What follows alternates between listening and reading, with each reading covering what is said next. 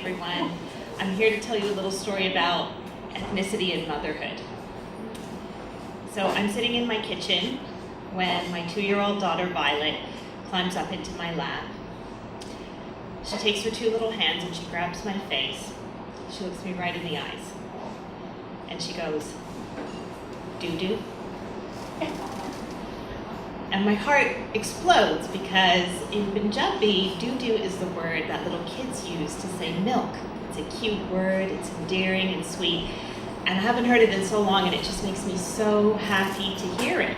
And I start going back and forth with her. Doo-doo? Doo-doo Bina? Milk? Do you want to drink some milk?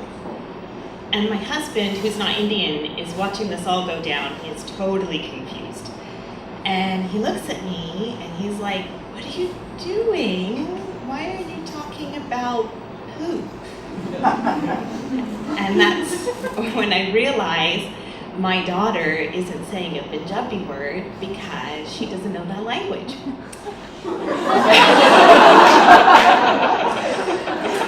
And it keeps coming. She doesn't know that language because I haven't taught her. And I haven't taught her because I've spent the better part of my life pretending that I'm a white lady. So doo-doo, milk in one language and shit in another. That kind of linguistic quirk captures, the tension in my ethnic identity. So I grew up in Edmonton, an Indian anomaly. My parents are divorced. I grew up in a tiny family. I didn't have a million cousins. I didn't have a ton of family functions to go to. I grew up in a Mormon neighborhood where I avoided talking about being brown at any expense. My middle name is Kaur. That's a traditional Sikh middle name for girls.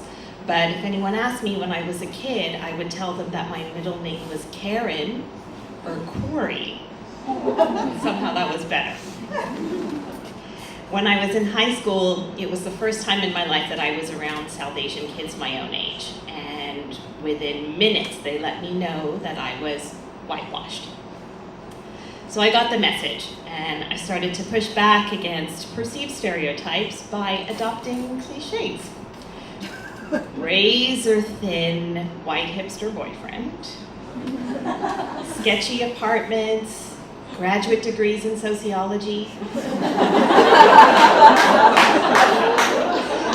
Basically, anything that a good Indian family wouldn't want for their daughter, I was all over it.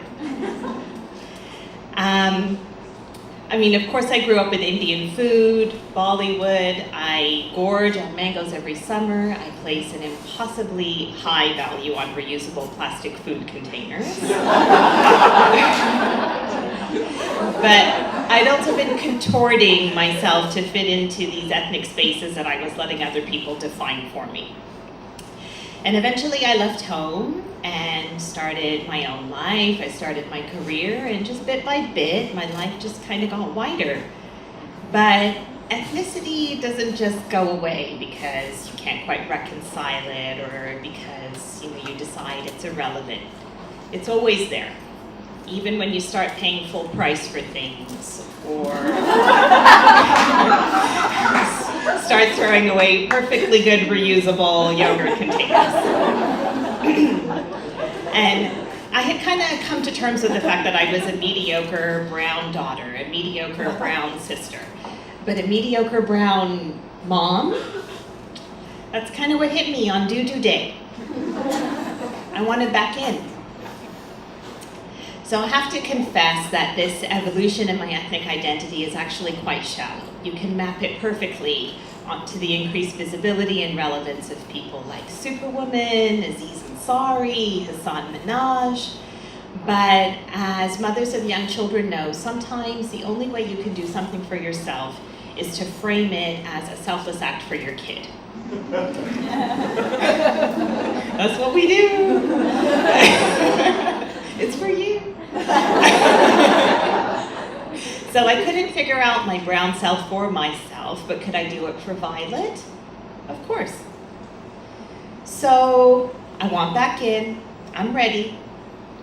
Can I find the brown mom in me? The only Punjabi that I have is basically just swear words with a bad accent. Put another way, the only words I've got are the very ones I don't want her to know. But that's okay, because for the first time, I understand that I don't have to figure this out by myself. Violet and I, we're going to figure this doo-doo out together. Thanks.